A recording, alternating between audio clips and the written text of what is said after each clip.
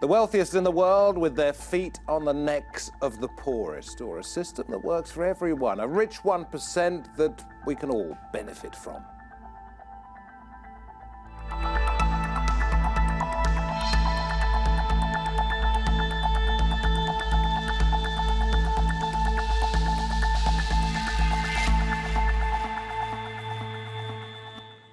You know, it might seem obvious that inequality is wrong, but perhaps it is just a part of healthy economics. Is there an economic argument more powerful than the moral one? The wealthiest 8 people in the world apparently having the same as the poorest 50%. But if we were all equal, one argument goes, how could we move up? How could we grow financially or as a society?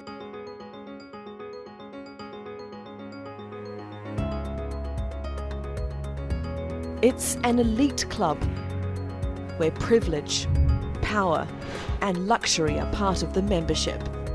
They're called the 1%. A subset so wealthy and influential they attract both admiration and condemnation.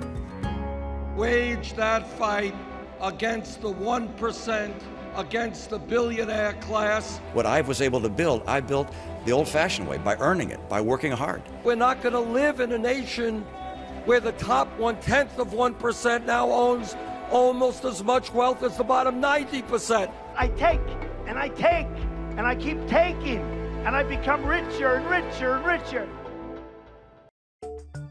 Global wealth is actually on the rise. It jumped to $256 trillion in 2016. But those gains aren't being shared evenly. A report by Credit Suisse says the top 10% own 89% of all global assets, while the top 1%, largely based in North America and Europe, own half.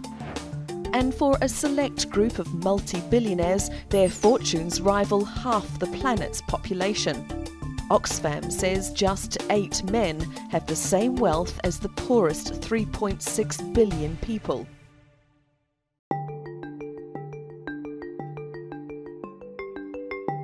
For centuries, there's been an elusive tier of the super rich, the royals, aristocrats and landed gentry.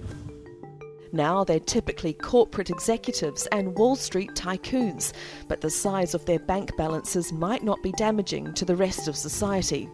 Trickle-down economists argue that growth is most likely to come from those with the biggest pool of resources. They say the 1% don't hoard cash, they spend it, expanding their businesses, hiring and training thousands of employees, and returning cash to shareholders. I have earned the money that I have. I didn't inherit it. I take risk, I make investment. Those investments lead to jobs being created in America. Trickle-down supporters also propose tax cuts as a way to stimulate the wealthy to earn and consume more. Well, I'm really calling for major jobs because the wealthy are going to create tremendous jobs. They're going to expand their companies. They're going to do a tremendous job.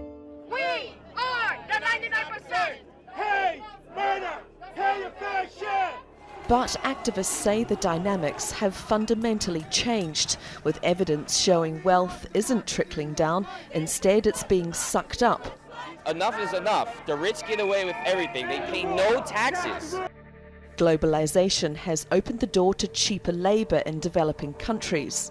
Trade unions in the West are declining, while politicians are increasingly beholden to special interest groups and lobbyists. The forces of globalization and technology have upended many of our established assumptions about the economy. They've provided great opportunity, but also great inequality and uncertainty for far too many. Oxfam says the 1% have captured nearly all the income growth during the recovery from the 2008 recession. It blames governments for squeezing the financially vulnerable in favour of big businesses, fueling public anger over the haves and have-nots. Rather than an economy aimed at the common good, we have been left with an economy operated for the top 1% who get wealthier and wealthier as the working class, the young and the poor fall further and further behind.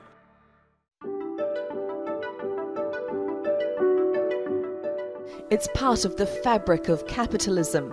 the idea that entrepreneurship and dedication will lead to prosperity and upward mobility. And to an extent, that concept still stands. But with a global system that sees little redistribution and opportunity, their affairs, the 1% club, are being increasingly protected by the policymakers, leaving the 99% out in the cold. So is a wealthy 1% good for the economy, or has it really left everybody else out in the financial cold? Joining me at today's roundtable, Jamie White from the Institute of Economic Affairs. Dr. White was formerly a foreign currency trader and a philosophy lecturer at Cambridge University. Ben Southwood, immediately to my right, he's head of research at the Adam Smith Institute. Right next to me on the other side, Deborah Hardoon, who is deputy head of research at Oxfam, also at the table. And Pettifor, she's Director of Policy Research in Macroeconomics and author of The Production of Money, How to Break the Power of the Banks, best known perhaps for predicting the global financial crisis in 2006. That's when Anne predicted it, not, of course, when it happened. Thank you for coming here for Roundtable. General question here, and jump in, whoever wants to answer this one. Do the rich help the poor with their wealth, or do they simply suck the life out of the poor with their wealth for themselves? Who wants to start? I do, because I think there's a lot wrong with that package you've just shown us when it talked about entrepreneurship and about people working hard and about people earning their money. That's not happening anymore. That's a very old-fashioned idea of capitalism. Today, capitalism is about effortlessly making rent out of assets, whether it's property or debt or whatever, or sovereign debt or whatever asset you may have. You sit on your behind and collect rent effortlessly from that. So we're now in a rentier economy, if you like. It's no longer an entrepreneurial economy. To talk directly to your original point and also respond to that, I think that there's something in what Anne's saying in certain cases. So I think you have to look around the world to see the differences between whether inequality can be good or whether it can be bad.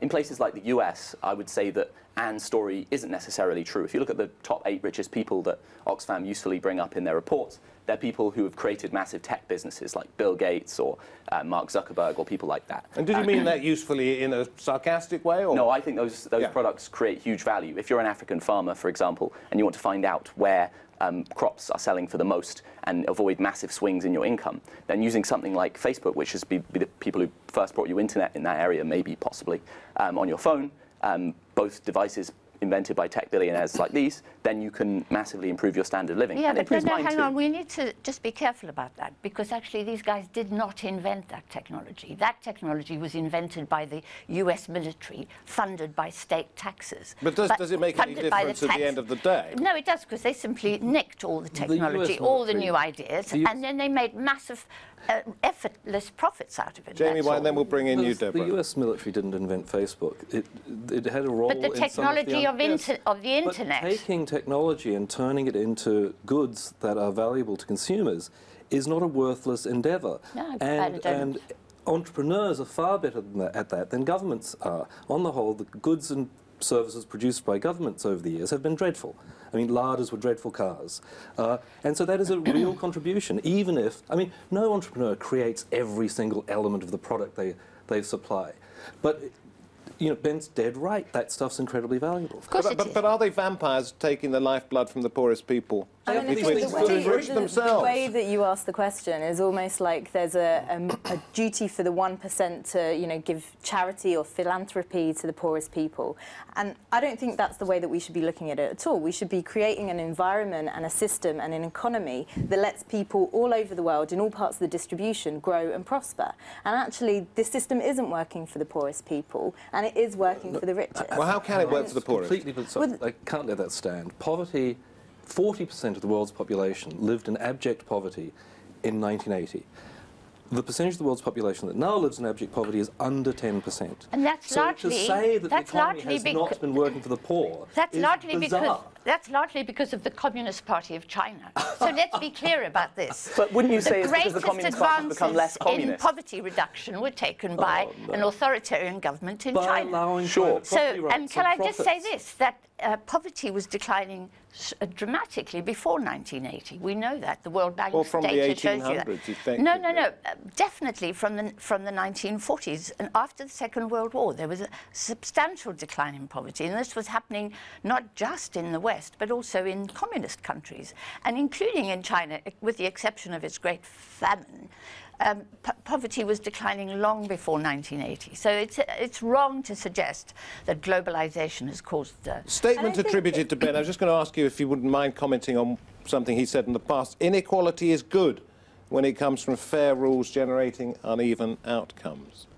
I mean, I just disagree. I think, your statement as well, that extreme poverty has fallen, which we absolutely, celebrate. That's fantastic. But surely, as the world gets richer, the bar should be rising. The absolute poverty level is a fixed level, right? But as there's more wealth, as there's more income, that baseline for what makes a decent standard of living should be increasing. And the reality is that 8 out of 10 people live in countries where the poorest 40% of people saw their incomes grow by less than the average. So as the world is growing, as the economy is growing, people are falling further behind. And can I also say there are no such thing as fair rules? If only there were fair rules in the global economy, but there aren't any rules. The whole point about the liberalisation, deregulation of the global economy is to remove all the rules. So capital, for example, can flow across borders without any hindrance or without any barrier. And they can go rush in here and rush out there and just take wherever they wish to take from. One of you two, I don't mind who it is, so I'll make a very quick point. To the fact that globalisation, liberalisation, whatever, deregulation, whatever it is, has, in Anne's opinion, harmed the poorest. I'll let Jamie respond to that point. I have a point on the previous thing.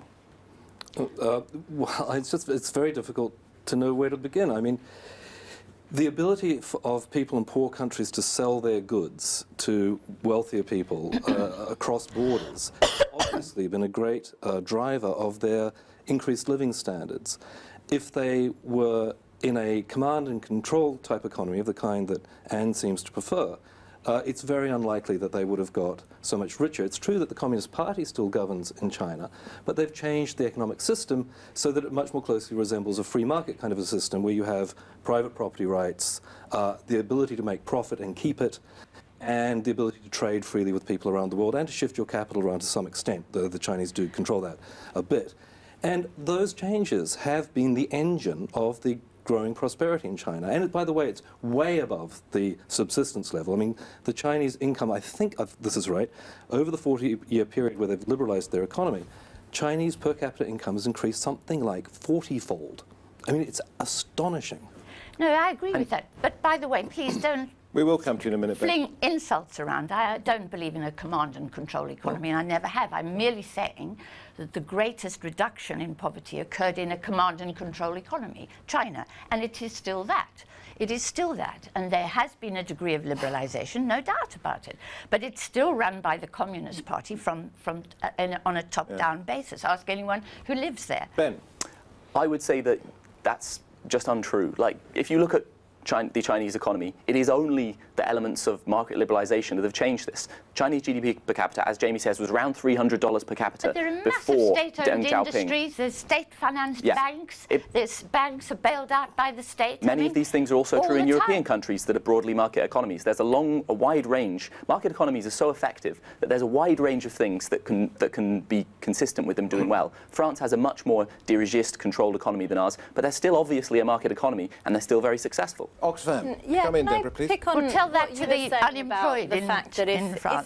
If the economy works on a basis of fair rules and inequality is good, well then clearly your understanding of what is fair is different from mine, because I think the rules and the economy should be shaped so that nobody lives in destitution whilst there is extreme wealth in society. And I think actually when you look at the rules, they're not fair, and they're working actually to the benefit of people that are the owners of capital, that want to use things like tax havens, that have, you know, the concentration of power that allows them to influence policies. Okay, I want to talk about social elements here. I mean, people in India, people in China have become more wealthy. I don't think there's any debate about that. But has that fostered resentment among those people who would have considered themselves middle class in the past and perhaps seen a rise in far-right parties? Yes. You mean middle class in Europe? And United States, yes. Yeah.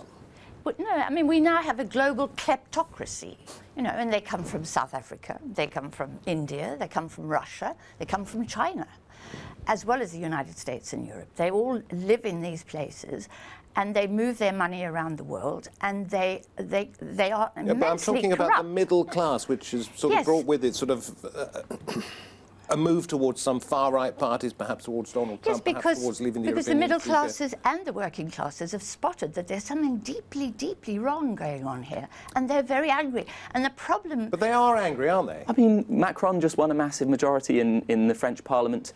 In Germany, you're seeing a swing back to Merkel. I think that there was a brief flirtation with the populist far right, but it doesn't seem to be coming back. I think that globalization definitely produces losers as well as winners.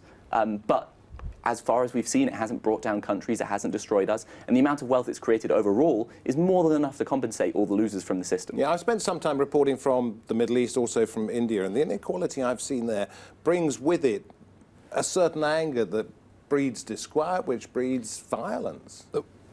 Well, just to stick with your original point about the middle classes or the working classes in developed economies, Europe and the United States, obviously, they now face competition from workers in poorer countries.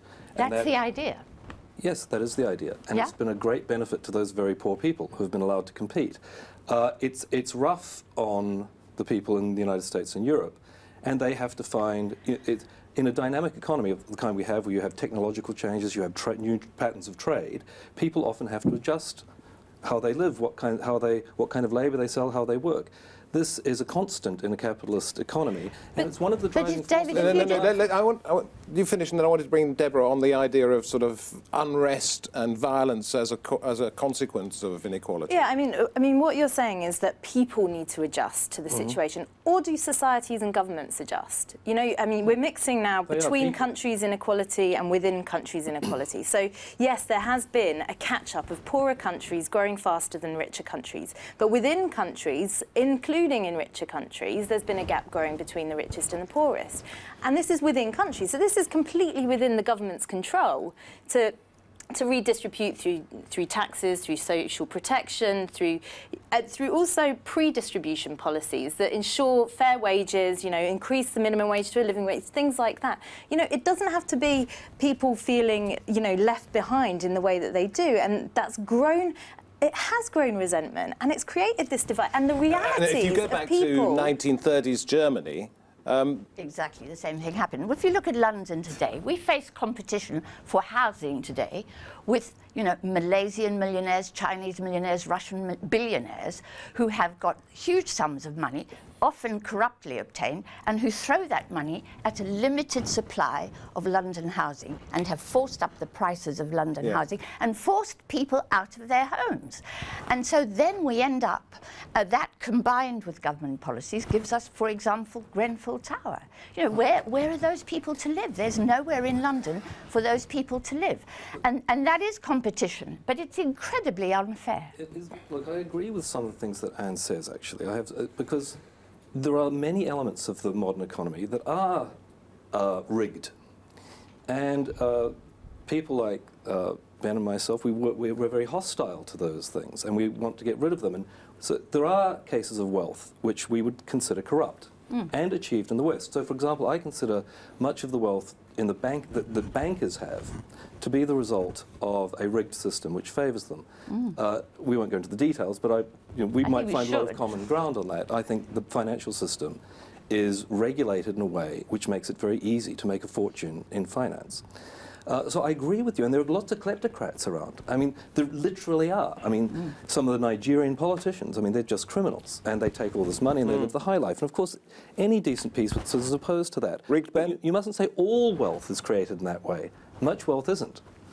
I think that there are obviously examples of people getting their wealth through corruption and so on. One of the points I made at the start, which is what justifies my quotation, when the rules are fair... The one about inequality... Inequality is okay. What sort of inequality? Inequality is okay if the rules are fair. And in fact, actually, there was an interesting article in the scientific journal Nature where basically they looked at societies across the world and asked them about inequality. And universally across the world, people didn't seem to mind inequality as long as they believed the rules that generated that inequality were fair. Now, obviously, we can disagree about what fair rules consist in. But I think rules are fair when if you generate wealth that doesn't take from anyone else, that if you get a large portion of that wealth, lots of it will go to society. There's a huge amount of redistribution in society. Maybe there should be more, but there's a huge amount already. But if the rules are fair and you generate wealth, and it's okay if lots of it goes to yourself because you added to society. Well, you didn't take out from society, you added to society. Let's follow up on the fairness again, because let's not pretend there's not a relationship between vertical inequality, so the differences in incomes between people, and what we call horizontal inequalities, so group-based, identity-based differences. So is it fair that women consistently all over the world earn less than men, and it will take, at current rates, 170 years for that to equalise? You know, there are inherent differences between people's ethnicity, where people's geography, that determine where they sit on the income distribution. There are multiple levels of unfairness. How do you get rid of inequality, though? It's been there since day one, and presumably it's going to be very difficult. I mean, we're not advocating for David, everyone to have the same level of income and wealth. I mean, we're not kind of... David, we had the similar thing in the 1920s and 30s. We had financial liberalisation, we had deregulation, we had a massive asset bubble grow up in the stock market as it happened, a massive blow-up of the system. And after that, and then here in Europe, that led to high levels of austerity and poverty, and that led ultimately to Hitler and fascism. In the United States, we had a different outcome. What happened was Roosevelt, working with Keynes, decided that the system had to be managed, it had to be regulated. You couldn't allow bankers to run amok across the world, and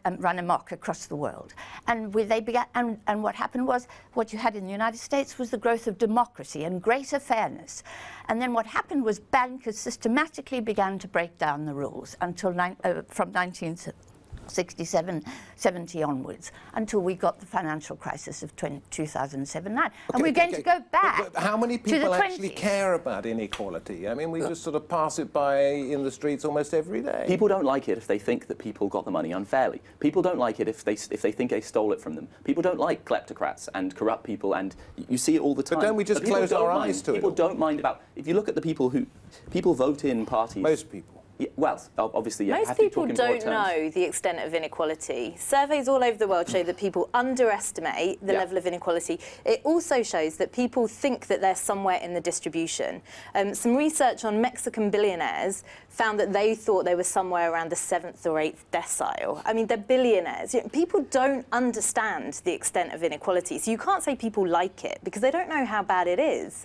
And I think, you know, going back to this fairness thing, is it, like, I think the kind of things that, you know, exist in terms of access to healthcare, that, you know, these are things that I think should be universal and shouldn't be based around whether or not you have the financial They are resources universal in many to of these pay. countries that you complain about high inequality in, so it's clear, they're clearly consistent things. Is it not always going to be here? I ask that question because if you went behind the wall behind me, we're pretty near the centre of London, Oxford Street area, there's a guy asleep in the doorway over there. How many of you guys saw him this morning? I did. One? I didn't. Yeah. Two? I didn't. So two did, two didn't. Who did anything about it? What can one do, basically? That's the point I'm trying to make. The point is, what is happening is that people feel helpless, that they can't do anything about it, and they're getting angry, and they're doing what they did in the 30s. They're behaving irrationally. They're just lashing out and saying, this is not right. They did this in the United States when they voted for Donald Trump. And they're doing it, I'm sorry, but Macron is not just, you know, the silver lining here. You say the it's world is difficult to do something, but dominated by what can a be rise done? in authoritarianism across the world. And that is people saying, please protect us from these uncontrolled market forces. We want a strong man or a strong woman to come and protect us. 52% of people voted for Hillary Clinton, and she was the continuity candidate. Yeah, but let's not get into that side of things. What I'm saying is, what can you actually do about it? That's the trouble, is people they feel helpless. Their politicians say to us, oh, sorry, nothing to do with me, Gov, it's the market. So people can't look towards political processes to get change. But Anne, you've examined it so much more than anybody else that I know of. I mean, what can you do about it? You don't have an answer, do you? I do have an answer. I think governments should start managing capital flows. They should start managing financial flows and trade flows and even And labour what happens flows. if that happens? I think that would lead to a decrease in wealth. I think that what we do right now, which is spend about 1/3 of the national income on transfers to people who don't have what we see as enough, is a good way of managing inequality. It's charity. We don't want charity, we want justice. It's not charity when it comes through the state. It is charity. It's no good saying we can just, you know, redistribute. The fact is we want fairness, and the people want fairness and justice. And we can only get that if our politicians have some spine and decide to take on these kleptocrats. Deborah Huddin from Oxfam. I think we need to fundamentally rethink what we value, and whether or not we value GDP, which could, you know, occur anywhere. It could be in the hands of the 1%, it could be generated from the rent seekers in the financial sector, or we could value the kind of social justice aspects of, you know, that actually our measure of progress should be how many people aren't. I'm going to have to stop you. We can carry on talking when the cameras and recording devices are switched off, but rapidly it seemed to me we've got to the end of the programme. Thank you all very much indeed. Who or what is the villain here? If there is a villain, have the last 30 years of economic policy been a slow march of exploitation of the poor, of the rich getting richer? Neoliberalism, the economic policy that's prevailed for the last 3 decades, promised benefits for everyone, but has it instead, and this is what we've been talking about, incentivized greed, concentrated wealth in the hands of the few, perhaps even driving a new populist political order into play? So many questions, 1 or 2 answers. This has been Roundtable with me, David Foster. Thank you for watching. See you next time.